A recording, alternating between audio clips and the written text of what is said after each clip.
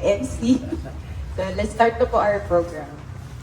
Good morning, everyone. Thank you po for joining us this day as we officially begin a new chapter for the Macario family. Ngayong araw po, gagawin natin ang groundbreaking ceremony of the two-story residential house ni Sir Jem. Today marks the beginning of building more than just a house. We are beginning a new home. Hindi lang ito basta bahay. Ito yung tatawagin nila, sir, na home sweet home. A place where laughter will echo, memories will be made, and every corner will hold love and warmth. It is the start of dreams taking shape, brick by brick, heart by heart. At this point, may I call po ang...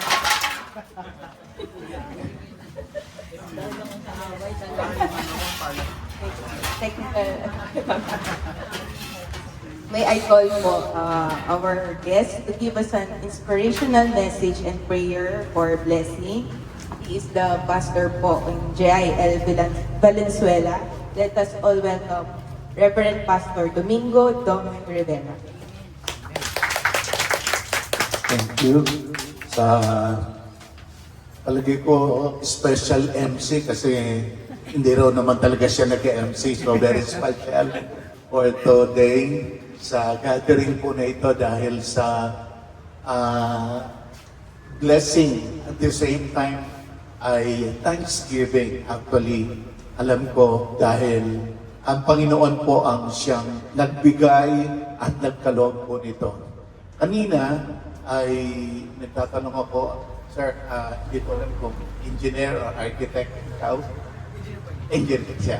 Nagtatanong ako kay engineer, sabi ko, dito ba sa lugar namin o dito sa lugar ng Marolas ay pwede pang magtayo ng mataas na buildings, yung mga 5, 10, katulad dun sa Fatima. Dahil dito po ay napaka-precious na ang lupa. Hindi na siya ganun ka-liit. Ang church nga po, nagpe-pray po tayo. Kami nagpe-pray na magkaroon ng ganitong ng lupa. At praying na this year ay makapagpatayo rin ng maganda-ganda pong panambahan para magbigay ng higit na kasiyahan sa Panginoon papunta sa magitan ng samba at ng lugar ibibigay din niya sa amin. Kaya nasabi ko na hindi madali. Kaya very precious na po ang lupa dito sa Valenzuela. Hindi na po napakadali na magkaroon ng lupa. Lupa pa lang ay talagang very precious na. Sa karamihan naman po sa atin dito, tiga Marolas o tiga Valenzuela. So, alam niyo po yon, hindi ganun kadali. Pero, ganun pa man, ang Diyos ay may ginagawang mga kaparaanan para gumawa at magkaloob ng mga bagay, lalo na po dito sa ngayon ng lupa, para po makapagpatayo ang kanyang mga anak. At yun nga, si Jem ay ang pamilya Macario ay pinagkalooban ng panibagong lugar dito po sa lugar na ito para po maranasan po nila yung patuloy na pagmamahal ng ating Panginoon. Alam niyo, ang pagmamahal ng Panginoon hindi naman po talaga madali. Ibig sabihin, hindi ganun kadali na dumadating. Pero pag nagpapatuloy tayo sa Kanya, mararanasan po ninyo darating at darating ang pagmamahal ng Panginoon. May singit ko na. Kanina nagpukwento si Ate Peli. Si Ate Peli po, makakasama rin po namin sa church. Nung isang linggo lang, nag-pray po kami na meron na siyang bibiling bahay. At ngayon, nakuha na niya yung bahay. Dito rin po sa Maralas. Ganon po kagandang magmahal ang ating Panginoon. Lahat naman po tayo, mahal ng Panginoon. Anyway, direct to the point, balik po ako doon sa aking nais sabihin. Dalawang bagay po. Una, ang nasa heart ko po ay Thanksgiving sa pamilya po ni Jem, ng Macario family. At pangalawa ay blessing. At sisimulan ko po mamaya na ipag-pray po ito. At alam niyo po, sanay ako sa mga groundbreaking. Kasi napapadala lagi ako sa groundbreaking pagka may mga groundbreaking sa Siba. Lagi po ako nakakasama sa mga groundbreaking. But anyway, before that, gusto ko lang paalala yung sinabi ng Panginoon dito sa 1 Thessalonians chapter 5 verse 18. Sabi ho dito, give thanks in all circumstances, for this is God's will for you in Christ Jesus.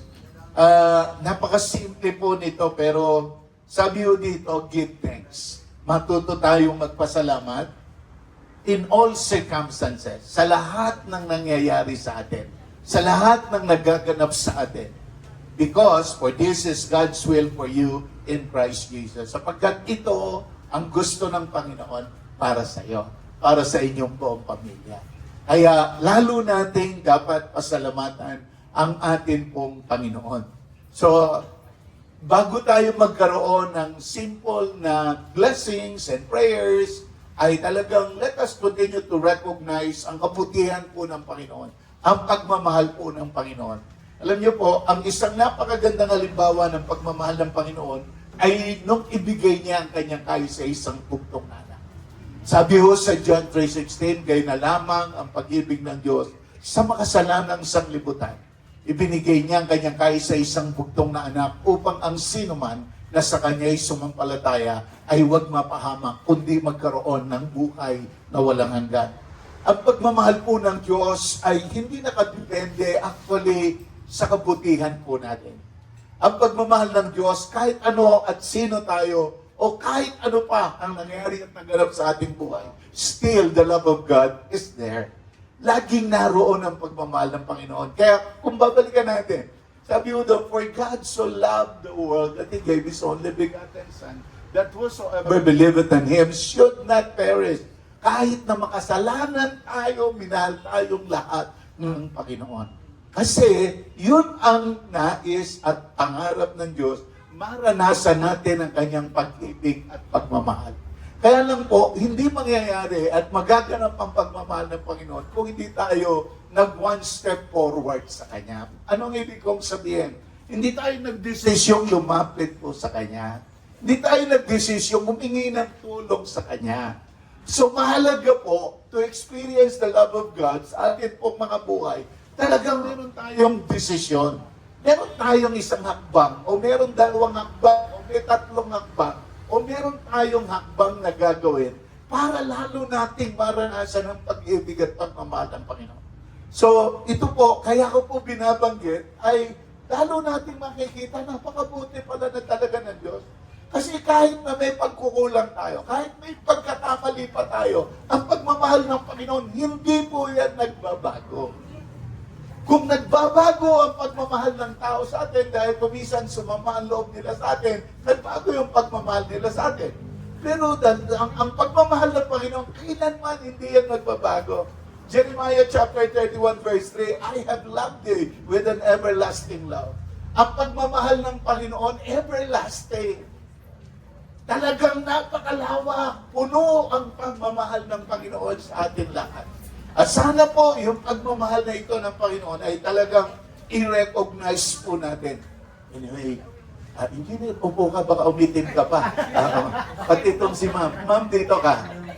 At bago tayo mag-pray, mahaba po ako magsalita, 2 oras. Anyway, gusto ko po i-maximize yung time natin. Kaya ko po in-explain yung love ng Panginoon kasi napakahalaga. At sana po ang pagmamahal ng Panginoon, magkaroon tayo ng positive response. Katulad nito, alam nyo, may mga tao po na pag binibless, very positive ang response. Pero pag wala silang blessings, hindi po sila ganun ka-positive mag-response. Masarap nga pag laging ganito, may blessings eh. Okay po yung, kumbaga, hindi na kino-question yung saya mo, yung ligaya mo dahil may blessing.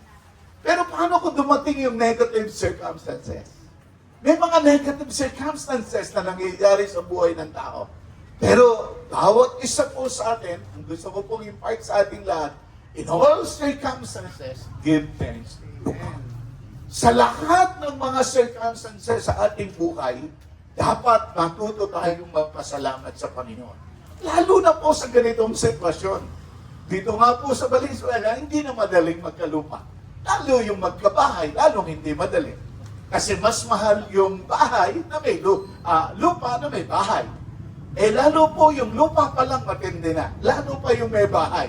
Pero lahat yan kaya nabigay ng Panginoon kasi mahal tayong lahat ng ating pong Panginoon. Ang kailangan lamang po natin, sige, palakpakan po natin ang Panginoon. Ang kailangan lang po natin, magkaroon tayo ng one step forward. Parang ito rin, pagtatayo ng building. Kailangan may magsimula. Kailangan masimulan. Kasi kung walang number 1 step, walang magiging number 2 na steps. O 3, o 4, o 5. Kailangan lang magsimula tayo. Ngayon, sa pagmamahal naman ng Panginoon, kung gusto nating maranasan, patuloy tayong magpasalamat sa Kanya. Lumapit tayo sa Kanya. Lagi natin siya kilalanin. Dahil lagi siyang may magagawa sa buhay po ng bawat isa po sa atin. So, hindi po ako pakahaba-haba. Ang gusto ko lamang po sabihin, pasalamatan natin ang Panginoon sa lahat ng circumstances. Marahil yung iba ho sa inyo, may pinagdadaanan, pero negative ang pinagdadaanan nyo. Yung iba naman po sa inyo, positive, katulad po ni Jem, maganda yung pinagdadaanan niya, pero pinaghirapan niya po lahat yan. Alam ko yung kasaysayan din ng kanilang pagkilos at paggalaw para sa kanilang kinabukasan. Kaya, ang Diyos naman tumutulong at gumagalaw sa mga taong talagang nagpapailalim at nagpapasama po sa Kanya. Kaya ngayon po, umaga po ito, ako po may request po sa inyo. Alam niyo, mahalaga yung blessings, material blessings. Pero mahalaga rin po ang spiritual blessings. Anong ibig kong sabihin spiritual blessings? Yung kaligtasan o yung buhay na walang hanggan. Now, ang buhay na walang hanggan, kaya natin matatagpuan. Hindi po yan sa religion. Even sa GIL, sa inaatinan po namin church, hindi po yung tigapagligtas. Isa lamang po ang tigapagligtas ng lahi ng tao, and that is the Lord Jesus Christ. Sabi ho ng John 14:6, sabi ni Jesus, sabi ng Panginoong Jesus, I am the way, the truth, and the life. No one can come to the Father except by me. Hindi niya sinabing, I am the one of those many ways. He emphatically said, I am the way. Ako ang daan, ako ang katotohanan, ako ang buhay. Walang makaparoroon sa Ama maliban sa pamamagitan ko. Pagpunta po sa Maynila, maraming daan. Pero pagpunta ho sa langit, iisa lamang ang daan. And that is the Lord Jesus Christ. Kaya ang aking pong encouragement sa ating lahat, lapitan niyo po ang Panginoong Jesucristo, marami po siyang gagawing magagandang bagay sa inyong buhay. Maging ang inyong journey, magiging maganda, magiging payapa, magiging matagumpay, dahil po sa tulong na gagawin ng ating Panginoong Jesucristo. Kaya lumapit po tayo sa Kanya, at sa ganito namang sitwasyon, magpasalamat at mag-pray na i-bless tayong lahat ng ating pong Panginoon. Amen po ba? Sige, tayo po lahat ay umuko at pumikit bilang paggalang po natin sa Panginoon. Panginoon, marami pong salamat sa magandang umagang ipinagkaloob mo po sa aming lahat. At ngayong umagang ito, binanggit ko po ang ilang mga pananalita na galing po sa iyo. Na in all circumstances, we give thanks to you. Sa lahat ng mga nangyayari, magpasalamat kami. Lalo na sa panahon na ito, dapat namin patuloy na kilalanin at pasalamatan ka sapagkat you bless si Jane. You bless the Macario family ng panibagong blessing. Ang aking hiling at dalangin sa iyo, Panginoon, sa kanila, lalo nilang i-recognize ang iyong kabutihan. Lalo na lang italaga ang kanilang paningin at pananaw sa iyo, sapagkat ikaw ang tunay na pinagmumulan ng lahat ng magaganda at matagumpay na kalagayan. I-bless mo po si Jem, ang kanyang ama, ang kanyang ina, ang kanyang buong lahi, ang kanyang buong pamilya, ang Macario family, Father God. Maranasan nilang yung wala hanggang pag-ibig at pagmamahal. At hayaan mo na ang pagkilala nila sa iyo bilang Panginoon at sariling tagapagligtas ay mas lalong lumalim. At ganoon din sa mga lalaki at babaeng narito, makapangyarihang Diyos. Hayaan mo po na kami ay magkaroon ng isang hakbang ng pagkilala sa iyo. Isang hakbang ng patuloy na paglapit sa iyo.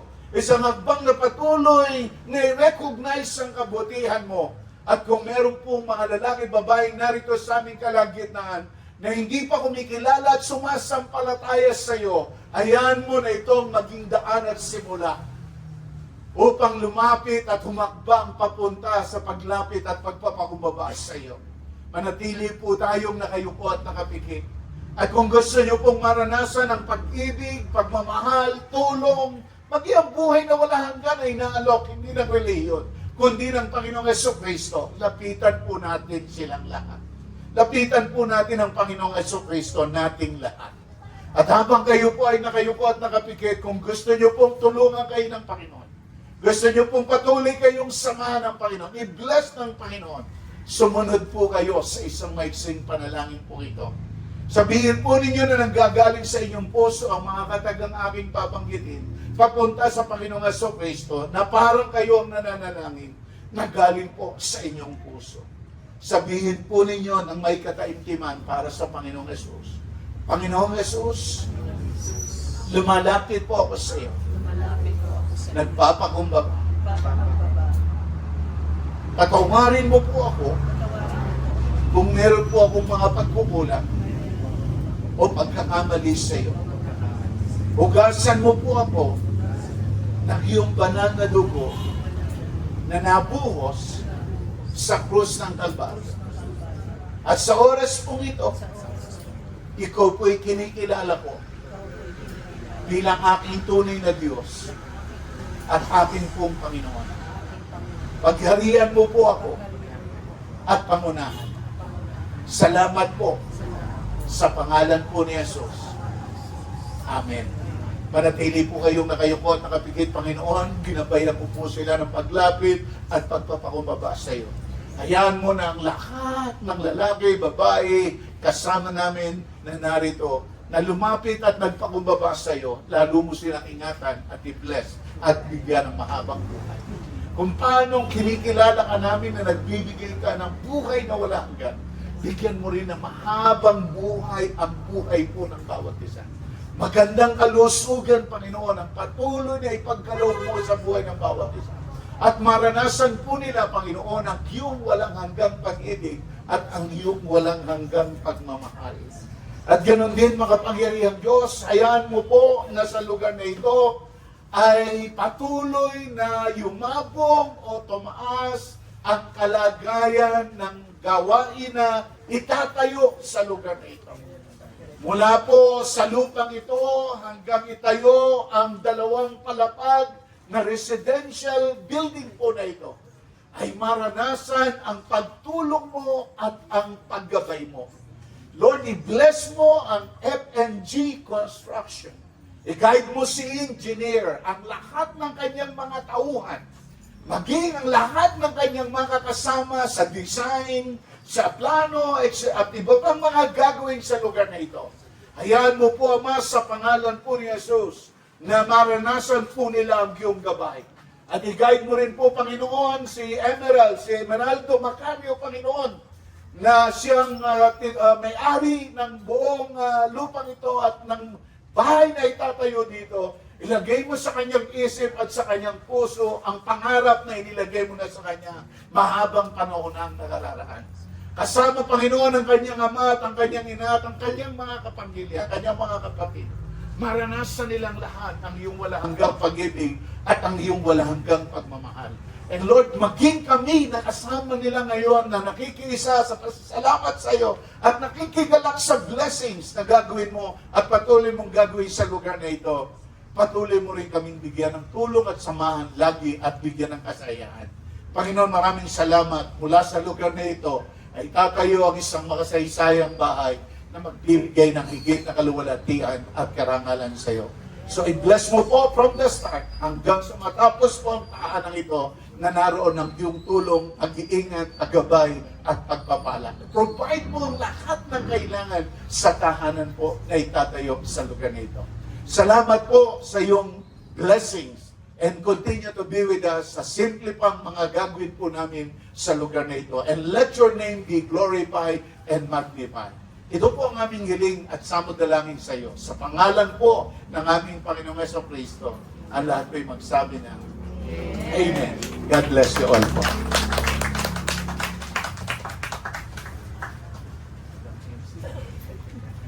Amen po. Thank you po, Pastor, sa mapagpala at mapanghamong mensahe na inyong binigay. Tunay nga po na maging thankful tayo sa kahit anong circumstances at i-recognize natin yung palaging pagmamahal natin ng Panginoon. Next po, we'll hear a short message from the contractor representative. May I call po yung husband ko. Mr. Ruel Galor. Sorry, hindi ko alam. So, magandang umaga po sa inyo lahat. Una po sa lahat, maraming salamat po sa Diyos sa pagkakataong ito na magkasama-sama tayo para sa witness natin yung groundbreaking ceremony po. So, ang isang groundbreaking po kasi, ito po hindi lang isang seremonya po. So, ito rin po yung magsisilbing simbolo ng commitment at partnership at simula po ng progreso po ng proyekto. So, ngayong araw po ay official nating sisimulan ang isang proyekto na magsisilbing patunay na vision, collaboration at mga sipag at tulungan ng lahat ng mga involved sa project na to. So, sa aming minamahal na client, Mr. Jem, taos puso po kami nagpapasalamat sa tiwalang pinagkaloob niyo sa amin para sa proyekto na to. So, nangako po kami na gagawin po namin ang best namin para i-build ang ating project with the highest standard in construction and safety. So, mula po sa FNG, maraming salamat po. At this point naman po, we would like to invite the owner of this project, Mr. Emeraldo Macario, to share a few words. Hello, good morning everyone. Maraming salamat po sa pag-attend ng groundbreaking. Actually, I'm really very excited for this project. So, meron na po actually kaming bahay dun sa kabila, sa Little Tagaytay din. Pero I really wanted to give my mom and my dad something, the best. Kasi medyo matagal na rin po ako sa abroad, so medyo nakaipon na din. So, marami na rin po ako nakitang mga magagandang bahay doon. So, the reason I actually bought this place is really for them. Kasi syempre, hindi pa rin naman po ako retirable age, so medyo bata pa. So, pag nakastrap po ito, dito rin po titira sina mami at sina daddy, pati po yung mga kapatid ko. So sila po talaga yung maka-experience ng bahay na to. Tapos, yun pong yung design talaga po ng bahay na to, yung isipan po namin ni Engineer Roel, tsaka nung architect nito, si Miss Rose. So, hopefully, may commitment naman si Engineer, right? Of the best, highest quality, magagawa patatapos po natin itong project na to. Yun. Thank you rin po kay Pastor Doming na nag-preach today. Thank you. Kasi ako po kasi very long Christian na po yung family namin. So I firmly believe that whatever actually we do, we have to offer it to God. So we have to seek first the blessing, the anointing from God. So I think later po, i-anoint po itong buong place. And we are actually offering this project, this property, this whole thing for the glory of God. So, yun po. Thank you po sa pag-attend. I think marami po pong darating. Marami po tayong food later. So, we'll just enjoy and celebrate with us, the Macario family, for this occasion. Thank you po. Now po, for the highlight of today's program, the groundbreaking proper. May we invite po ulit si Sir Jem and his family and the contractor representative, Sir Roel, to proceed po sa front to do the shoveling ceremony.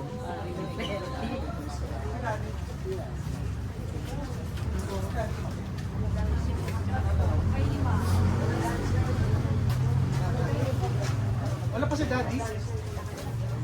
Umalis.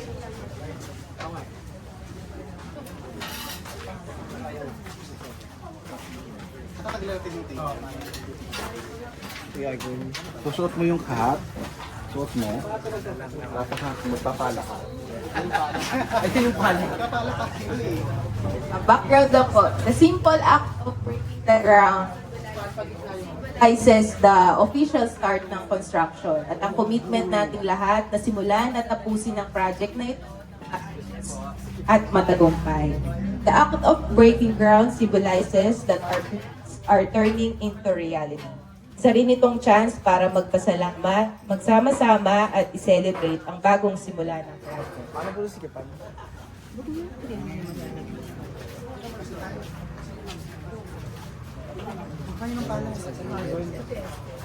Symbolism to, symbolism.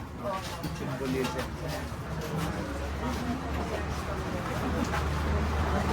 Mami.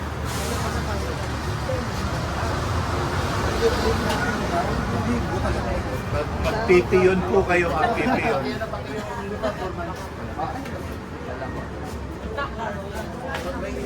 Lapit pa po kayo doon, tabi-tabi po kayo doon.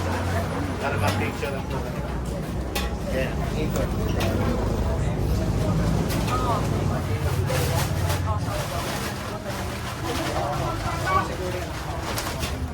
Brad, damihan mo simyento para maganda.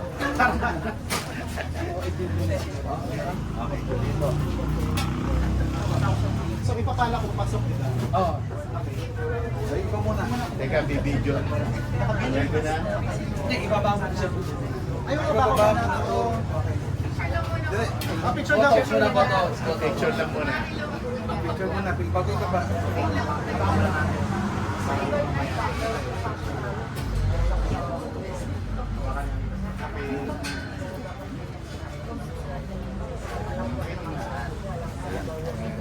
Dahan-dahan mo, Jeff, ibababa. Si Shoot ko.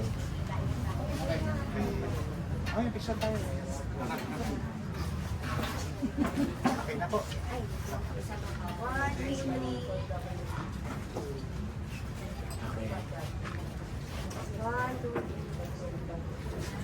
Dahan-dahan mo ibababa. Yan.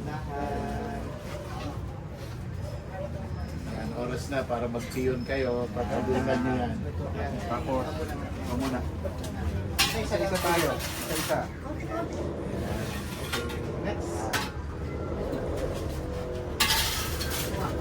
Esther, magkukaya. Construction na siya. 3-5 naman po isang ako. Damihan niyo, Esther, ha? Yung si Apo. Hindi ako marunong. Kaya practice ka na. Good. Sige na, hindi ko marunong. Dalawang kamay. Palagay ko, doktor to kasi hindi marunong mag-piyon eh. Si engineer ang huli. Siya ang mag-e-end ng lahat eh.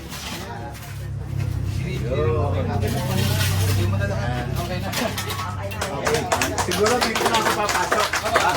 Mag-pray na po tayo ngayon ng, para sa kabuuan po ng lupa na more or less ay nasa 222 square meters. Alam niyo po, katulad nung sabi ko ho sa inyo kanina, dito po sa Marulas, hindi na ho ganun kadali na makakuha ng... Ako, kape po, tagal lang umahanap ng lupa eh. Wala pa nga ho kami nakikita. Pag may nakita kami, naunahan na naman kami. Dati po, yung ginagamit namin, yung Save More ngayon, yung Sinyan, nung bibili na po namin, tinawaran po namin ng 21,000 per square meter. Ayaw pang ibigay po nung may-ari. Almost ibibigay. Nung ibibigay na, biglang tinawaran po ng Save More. Kung hindi ako nagkakamali, 25,000 per square meter. Kaya may Save More na ngayon. Ganun kataas ang presyo ng SM para lang makuha nila yung lupa. Kaya hindi ko ganun kadali na dito sa atin. Anyway, binigay po ng Panginoon to kay Jem, sa Macario family, sa blessing ng Panginoon sa kanila, at pagmamahal ng Panginoon sa kanila. And we will pray na i-bless po ng Panginoon ang buong lupa. Tayo po ay yumukat pumikit muli bilang nakikisa sa panalangin. Panginoon, narito po si Jem. Narito po ang kanyang magulang. Narito po ang kanyang mga kapatid. Maging ang mga matatalig na kaibigan ng Macario family. Yes. Nakikisa po kami at nakikigala sa pagpapala at pagmamahal ay binibigay mo po sa kanila. Narito rin po, Panginoon, si engineer at ang nakakontrata po ng buong dalawang palapag na tahanan po ito. Ang aming hiling at dalangin sa iyo, i-bless mo po ngayon ang buong lugar na ito. Lord, wala man kaming tubig o langis na ipapahid sa lugar na ito. Pero gusto naming ituon ang aming mga kamay sa paligid upang i-release ang pagpapala na galing po sa iyo. As we stretch our hands towards a different na sulok o lugar ng 222 plus more or less per meters na ito. Now release your anointing and your blessing in the mighty name of Jesus. Lord, mula sa gate, sa apat na sulok po ng lupang ito, release now your blessing and your anointing in the mighty name of Jesus. At inangkin po namin sa lugar na ito ay patuloy na maitatayo ang isang makasaysayang bahay na magbibigay ng kaluwalhatian sa iyo, magbibigay ng kasiyahan kay Jem na pinangarap niya para sa kanyang mag-ina at mga kapatid. At ibe-bless mo naman po ang construction firm na gagamitin mo lalo para lalong maging maayos at maging maganda ang lugar na ito at ang tahanang itatayo sa lugar na ito. Salamat po sa iyong anointing and blessing sa apat na sulok ng lupang ito. We give you all the praises and all the glory. And last but not the least, Lord, lahat ng tao na dadalhin mo sa lugar na ito ay maging bahagi po ng makasaysayang pagtatayo ng tahanan. Salamat po ng marami. Ito po ang aming samadalangin sa pangalan po ni Jesus. Amen. Thank you po. God bless you. God bless everyone.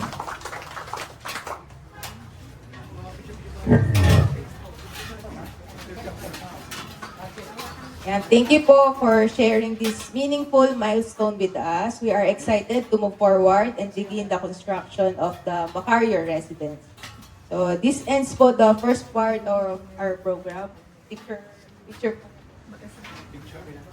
Dapat ops na. Sige, sige.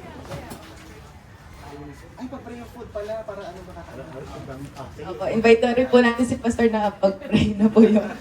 Pwede ba invite ko rin yung wife ko mag-MC? Hindi. Mag-pray lang sa po. Okay. Okay po, bago tayo dumako po sa ating pong prayer for the food. So, thankful po sa pamilya, Macario, Ate Esther. Salamat po sa inyong magiging mabuting magulang kasama si Daddy Walaho Edo. Opo, ayan. Si Boyen, si Jem, tsaka si Emmy. Ilan ba anak nyo? 3, 4? Okay po. Opo. So, yun po, ang biyaya ng Panginoon sa inyo ay talagang nakikita ho namin kung paano na sa pagiging tapat ho ninyo sa Panginoon, pagsunod ninyo sa Panginoon, ang mga anak naman ho ninyo ay pinagpapala ng Diyos. Of course, sa ating mga magulang po, yung lumisan sa mundong ito, na alam ho nating nasa establisadong kalalagayan ng mga anak natin, masaya sa buhay po natin bilang mga magulang. Kaya, salamat po at hayaan natin na patuloy ho kayong pagpalain po ng Diyos. Tayo po manalangin para po sa mga biyaya ng Panginoon.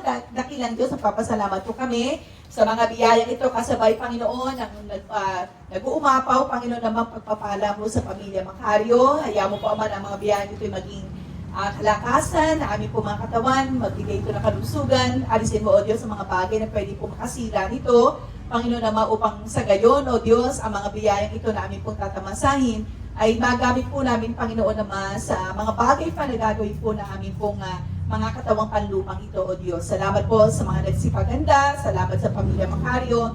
Ikaw, Lord, ang patuloy na magbalik nito ng sobra-sobra pa, Panginoon, sa kanila. Nang sa gayon, ay patuloy sila, Panginoon, namang maging mga tao, O Father God, na patuloy na magagamit mo, Panginoon, sa mga pagkakawang gawa, O Father God, na kung saan ito'y ginagamit mo instrumento, Lord, to bless them much and much, O Lord, sa kanila po mga buhay. Salamat po, Ama, ito po sa madalangin sa pangalan po ng Panginoon Jesus. Amen and Amen. God bless us all po. God bless po, Macario family. Thank you so much.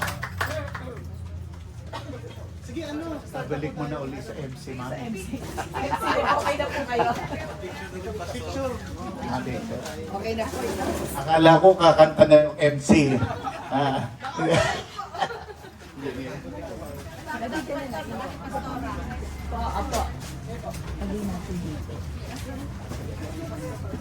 Dito tayo para kita to.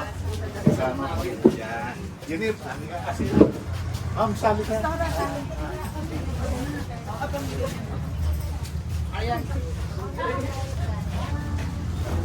Tabi-tabi pa po. Lapit pa po kayo dito para mas maluwag ang kanta. Yes, dito na. Yes. Ma'am, dito na. Yan. Para sila yung ito kailangan nakikita po ito. Hindi pa kita yung nasa likod. Dito tayo kasi, tignan nila naman eh. Dito ko, ma'am. Hawakan niyo po ito para symbolic. Gilid ka ba po? Yan. Okay, okay. Hindi mo na natakpan ko kasi naman. Number. Opo, di nakikita si Mama. Ayan. Ayan po. 1, 2, 3. Salamat po. Kain po. Kain.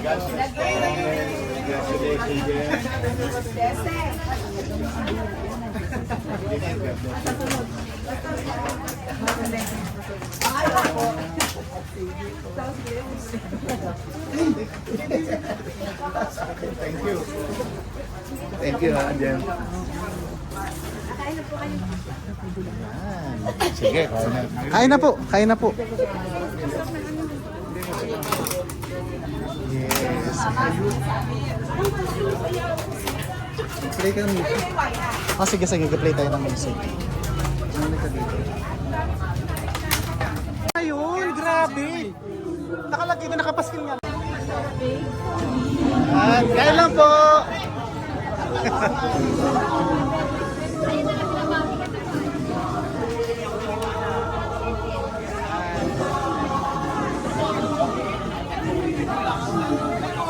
Pero mag-serve na ako ha. Ah, sige po, bro.